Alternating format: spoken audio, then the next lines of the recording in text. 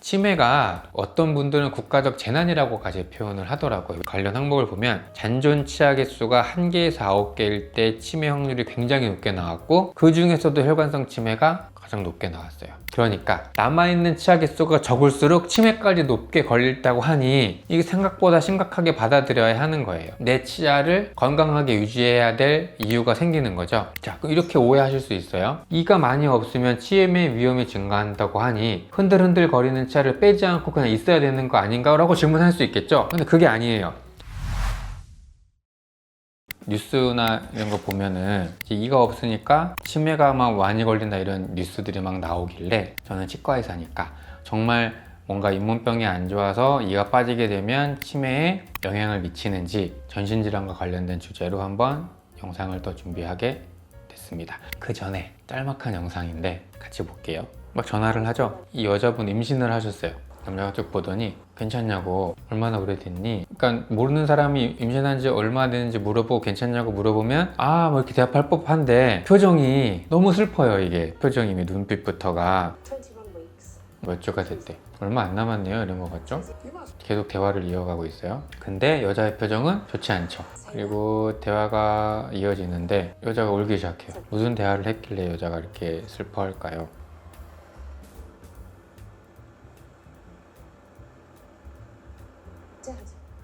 데드. 아빠였던 거죠. 너무 슬프지 않나요? 그러니까 버스 정류장에서 이제 버스를 기다리는 와중에 이제 어떤 남성분이 임신한 여자한테 뭐 임신했구나, 얼마나 됐니, 뭐 얘기를 하다가 여자분은 막 이제 대화를 하다가 나중에 영상 발매로 가면 이제 울고, 버스가 오니까 이제 여자분이 같이 가자고 한 분은 아빠였던 거죠. 남성분은 치매에 걸린 거예요. 치매 초기라 이렇게 거동도 되시고 할 텐데 후반대로 가면 훨씬 더 힘든 삶이 이어질 거라고 저는 생각을 합니다. 치매에 걸린 사람들 뇌는 도대체 어디가 달라질까? fMRI. 어떤 사람들이 행동을 할 때 MRI를 찍어서 뇌의 어떤 부분이 활성화되는지를 보는 거예요. 화가 날 때, 뭐 할 때 이 부분이 활성화되면 그 감정은 뇌의 어느 부분에서 담당하는구나 이제 알 수 있게 되는 거고, 또 찾아보니 FNIRS라는 방법이 있고 전극을 달아가지고 또 뇌의 어떤 부분이 활성화되는지를 보는 방법인 것 같아요. 그래서 껌을 씹을 때 이 논문에서 과연 뇌의 어느 부분이 활성화되는지를 쭉 봤더니 씹기 행위 자체가 감각운동피질, 운동피질, 시상, 손해 등을 활성화하고 뇌로 이제 일단은 피를 많이 가게 하나 봐요. 근데 이 프라이머리 모터 코텍스랑 소마토 센서리, 제가 해부학 배울 때 되게 중요하게 배웠던 그 부분이거든요. 근데 그 부분을 일단 활성화를 잘 한다고 해요. 그리고 기억, 학습, 실행 기능을 담당하는 해마와 전전두엽 기능, 여기랑 요런데 다 씹기가 좋은 영향을 미치나 봐요. 어찌됐건 껌을 씹는 거 뇌에도 좋은 영향을 미친다. 껌을 씹는 게 뇌에 좋은 영향을 미치는 게 아니라 이 씹기 행위 자체가 뇌에 지금 자극을 준다는 거잖아요. 그래서 이제 관련된 논문을 좀 찾아봤어요. 저작 기능과 인지 장애가 있는 환자분들에 대해서 과연 이 저작 기능이 과연 어떤 영향을 미치는지, 어떤 특정 기간에 치과 기록이 있는 60세 이상의 환자들을 대상으로 해서 이 특정 기간 이후에 치매 진단이 된 환자분, 치매군과 그렇지 않은 군을 나눴어요. 되게 재미있는 논문인데 과연 치과 치료랑 치매가 관련이 있는지를 우리가 한번 찾아본 거죠. 이 치매 진단은 치과 의사가 한 게 아니고 신경과랑 정신과 의사가 했다고 해요. 이게 보면 전신질환 우리 여러 가지가 있잖아요. 고혈압, 당뇨, 심장병, 뇌혈관 질환 이런 것들이 있는데 이런 것들은 치매군과는 크게 관련이 없다고 통계 처리가 나왔어요. 이게 의학적으로 정말 고혈압, 당뇨 있으신 분들이 치매가 덜 걸린다, 그것까지는 제가 잘 모르겠어요. 다만 치과랑 관련해서 논문들을 찾아보고 쓰고 그 데이터 안에서는 관련이 없더라. 그런데 당연하지만 안타까운 소식이 있는 거죠. 과거에 알코올을 섭취했던 군에 있는 사람들은 치매가 통계적으로 유의하게 높아요. 술 드시는 분들은 끊고 나서 치매를 걱정을 하셔야 될 수도 있겠습니다. 근데 뭐 조금 더 신기한 거는 토탈 티스예요. 그러니까 총 치아의 개수가 우리 어떤 특정 시점에 치매 진단을 받은 그룹과 그렇지 않은 그룹을 봤을 때 치매 그룹에서 특정 기간 이후에 남아있는 치아가 더 적어요. 통계학적으로. 이 특정 기간을 중심으로 해서 입안에 있던 어떤 임플란트 수라든지 인공치아 숫자라든지, 다음에 미싱 티스 니글렉티드, 그러니까 치아가 없는 게 무시된 사람들, 이런 거로 걸 우리가 조사를 했는데 특정 기간을 기준으로 해서 치매에 걸린 군과 그렇지 않은 군을 우리가 비교를 했을 때 통계학적으로 굉장히 유의미하게 나온 게 뭐냐면 치매 그룹에서는 입안에 들어있는 임플란트 수가 적었어요. 그러니까 상실된 숫자 마찬가지 치매군에서도 높았고 방치된 치아 개수가 압도적으로 높아요. 발치가 됐는데 방치된 치아가 통계적으로 보면 그러니까 정리를 해보면 특정 기간을 기준으로 해서 치매에 걸리지 않은 군과 치매에 걸린 사람들의 그 중간 기간 동안의 치과 치료 기록들 치아 개수 이런 거를 봤더니 치매 그룹에서는 임플란트 수가 적었고 치아 개수가 적었고 치료가 방치된 치아 개수가 많았다. 정리를 해보면 치매군에서는 뭐가 떨어지는 거예요? 저작 기능이 떨어지는 거예요. 임플란트 수도 적고 남아있는 치아도 적고 방치된 치아도 많으니까. 그래서 또 이제 여러 가지 통계 처리를 해보니까 이 치매랑 관련된 게 계속 통계적으로 유의미하게 나오는 게 과거의 알코올 경력이에요. 치매군에서 훨씬 더 높게 나왔고 통계적으로 정말 유의미하게 나온 거는 방치된 결손 치수예요. 치아를 수복하지 않고 방치할수록 치매 위험이 더 증가한다고 나와요.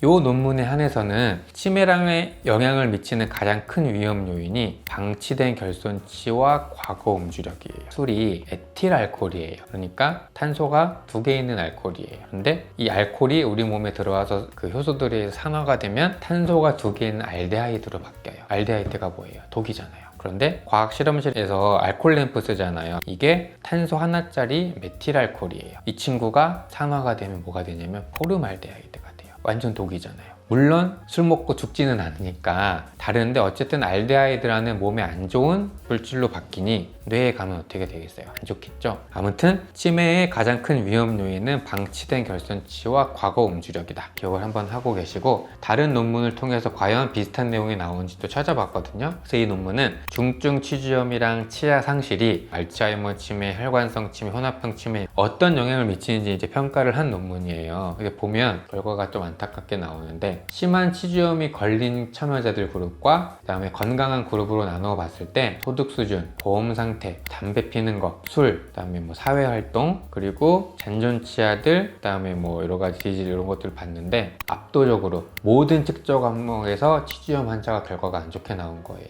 치주염군에서 흡연율이 훨씬 더 높고 또 치주염이 있는 심한 환자군에서는 술도 많이 마시고 아까 내용이랑 좀 다르죠. 아까에서는 패스트 익스피리언스 그러니까 과거 알코올력이 중요했는데 치주염에서는 현재 알코올도 중요한가 봐요. 제가 이 논문 보고 불란테나 발치한 환자분들한테 담배를 끊는 거는 똥 참는 거랑 똑같은 느낌이라고 하니 끊으라고는 제가 강력하게 말씀을 못 드리는데 술은 안주만 드시고 이렇게 양치만 잘하고 주무시면 괜찮다고 말씀을 드렸는데 이 치주염군에서 음주가 좀 높게 나오니까 이것도 제가 좀 환자분들한테 바꿔서 설명을 해야 될 것 같아요. 아무튼 또 치주염이 심하지 않은 군에서 운동을 더 열심히 하고 치주염군에서 저소득층 비율이 높고 여러 가지 이 대사와 관련된 지표들이 치주염군의 수치가 더 불리하게 나왔어요. 잇몸이 안 좋은 군에 속한 사람들은 몸의 상태도 안 좋고 재정 상태도 안 좋고 몸의 대사와 관련된 모든 것들이 지금 안 좋게 나온 거예요. 그런데 이 논문에서 이제 중요한 건 치매죠. 치매랑 관련된 관련 항목을 보면 잔존 치아 개수에 따라서 치매 위험도를 평가를 했어요. 잔존 치아 개수를 1개에서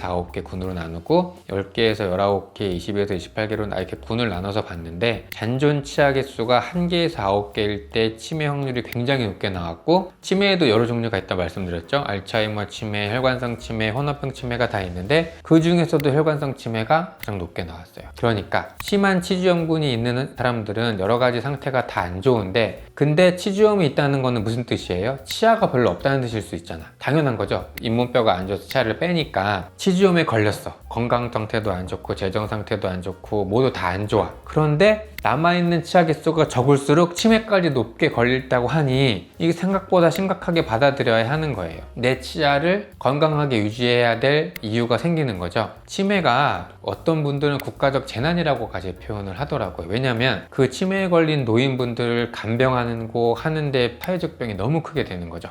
그래서 걸린 다음에 뭐 약을 먹고 뭐 하고 이런 것보다 예방할 수 있으면 예방을 해야 사회적으로 손실될 수 있는 비용이 줄어든다고 저도 생각을 드는데 생각보다 심각하게 받아들여야 할 내용 같아요. 그래서 논문 계속 읽어보면 중증 치주염이 있으면서 치아가 치아가 거의 없는 노인들, 그러니까 잔존 치아 개수가 1개에서 9개 있는 분들은 여러 가지 종류 치매들 다 위험성이 모두 증가한다 이 말인 거죠. 그렇다면 도대체 왜 치주염이 도대체 뭐길래 뇌까지 가서 영향을 미치냐? 가능한 기전을 논문에서는 다 평가를 해주고 있어요. 씹는 기능이 떨어지니까 아까 제가 씹으면 껌과 관련된 영상도 갖다 보면은 뇌 쪽으로 혈류가 많이 간다 그랬잖아요. 그러니까 산소 공급도 충분히 잘 해야 되는데 못 씹으니까 뇌 혈류도 떨어지고 산소 공급 떨어지니까 인지 저하의 위험이 당연히 떨어지는 거죠. 허혈성 질환이라고 해요. 그러니까 씹기가 잘 안 되면 뇌가 일시적으로 허혈이 되는 거야. 또 하나는 치주염은 뭐야 그랬어요? 만성 염증 질환이라고 말씀드렸잖아요. 염증과 관련된 사이토카인들이 분비가 증가하게 되니까 이 친구들이 혈액 타고 막 가다가 뇌에 가서 신경세포를 직접적으로 손상시키기도 하고, 우리 알츠하이머랑 관련된 뭐 베타 아밀로이드 단백질이나 이런 단백질들이 뇌에 축적이 되는 거죠. 또 요새 각광받고 있는 게, 제가 이제 전신질환과 관련된 영상들에서 치주 질환에 있는 세균들이 뭐 심장 판막에도 가고 뭐 다 설명을 드리잖아요. 당뇨에도 영향을 미치고 신경 변성에 직접 또 관여한다고 요새도 발표가 되고 있어요. 그래서 치아가 없을 때 여러 가지 종류의 치매가 있지만 혈관성 치매가 특히나 두드러진 거는 당연한 거죠. 치주염이 계속 혈관과 관련된 것과 연관이 있기 때문에 혈관성 치매가 더 취약한 거예요. 제가 뇌 전신질환과 관련된 여러 가지 영상들을 통해서 치주와 관련된 염증들은 결국 혈관 내피랑 관련이 있다고 말씀드렸잖아요. 우리 몸의 염증 수치가 높아지게 되면 혈관 내피세포에 작용하는 염증 기전이 증가하게 되고, 그게 결국 뇌 혈관에도 영향을 미치는 거죠. 그래서 임상적 의미가 있어요. 치주 건강 관리와 치아 보존은 치매 예방에 조절 가능한 요인이 될 수 있는 거예요. 잇몸뼈가 튼튼하다고 남아있는 치아가 많다고 해서 치매에 안 걸리는 건 아니지만, 후양적이기는 하지만 치아가 있는 사람과 없는 사람들, 또 치주염에 걸린 사람들 쪽 논문 조사를 해보니 이가 없을수록 치매에 걸릴 확률이 높다 이 말인 거죠. 그래서 그 이유 중에 하나가 이가 없는 것 자체가 뭐 신경계 연관돼서 그럴 수도 있지만, 저작 기능 자체가 뇌 혈류에 영향을 미치는 것도 크기 때문에 이가 없게 되면 그대로 두는 것보다는 적절한 치료 등을 통해서 저작 기능 자체를, 마스터캐트 펑션 자체를 유지를 해야 치매를 줄일 수 있는 거예요.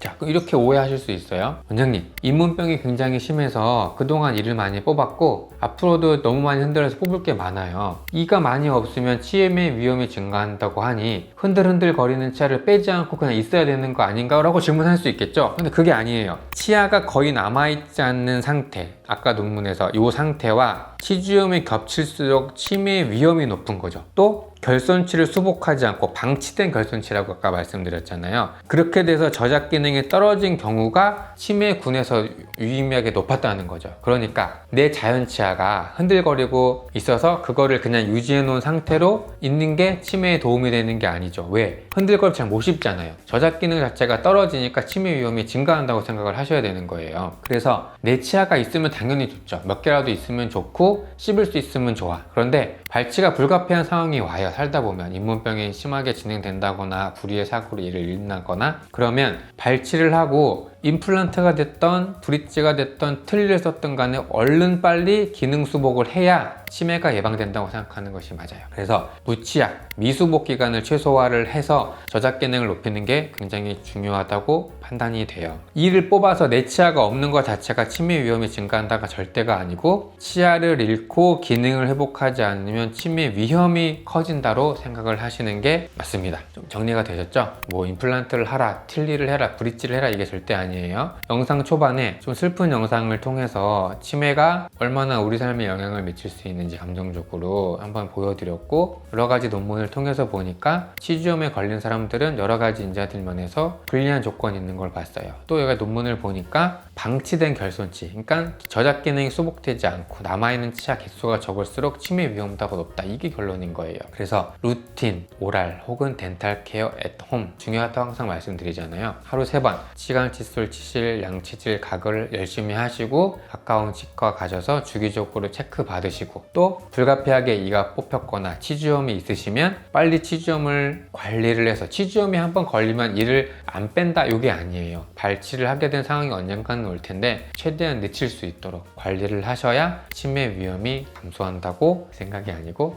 과학자들이 그렇게 말하고 있네요. 그래서 오늘 이게 준비한 영상이 이 사회적으로 굉장히 비용 소모가 심한 치매잖아요. 치과 의사니까 제가 치매 치료에 전혀 도움을 드릴 수는 없지만 모든 치과 의사들이 이 치아 관리를 잘 해주고 많은 사람들이 입안 관리를 잘해서 발치를 안 하고 내 치아를 유지할 수 있는 기간이 있고 저작 기능을 오래 유지한다면 치매 위험을 감소시키는 데 도움이 되지 않을까 싶습니다. 감사합니다.